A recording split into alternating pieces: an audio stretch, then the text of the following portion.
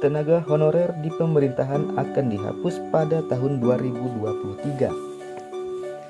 Pemerintah akan tetap memberdayakan pegawai seperti pengemudi, tenaga kebersihan, dan satuan pengamanan melalui tenaga alih daya atau outsourcing dengan gaji tak kurang dari upah minimum regional atau UMR.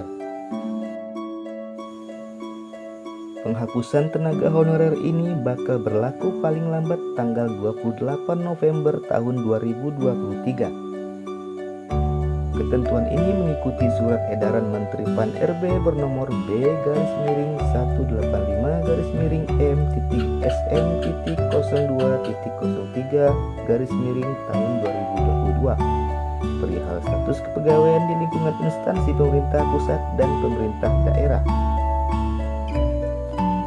Menteri Pendayagunaan Aparatur Negara dan Reformasi Birokrasi atau Pan-RB Cahyokumolo menyatakan kebijakan ini diambil lantaran tidak jelasnya sistem rekrutmen tenaga honorer, sehingga berdampak pada pengupahan yang kerap kali di bawah UMR.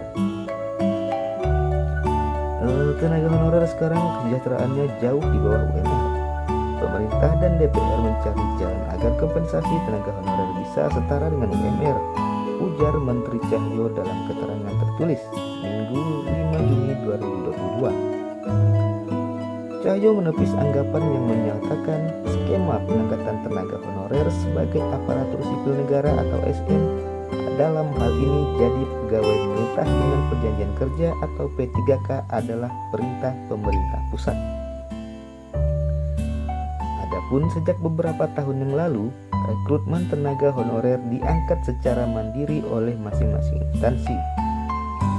Agar ada standarisasi rekrutmen dan upah, kini tenaga non-ASN itu diharapkan dapat ditata. Dengan skema itu, pengangkatan tenaga non-ASN harus sesuai dengan kebutuhan instansi. Untuk mengatur bahwa honorer harus sesuai kebutuhan dan penghasilan layak sesuai UMR, maka model pengangkatannya melalui outsourcing. Ya, yang saat ini statusnya honorer tidak langsung diberhentikan tahun 2023. Tenaga non-ASN tetap dibutuhkan.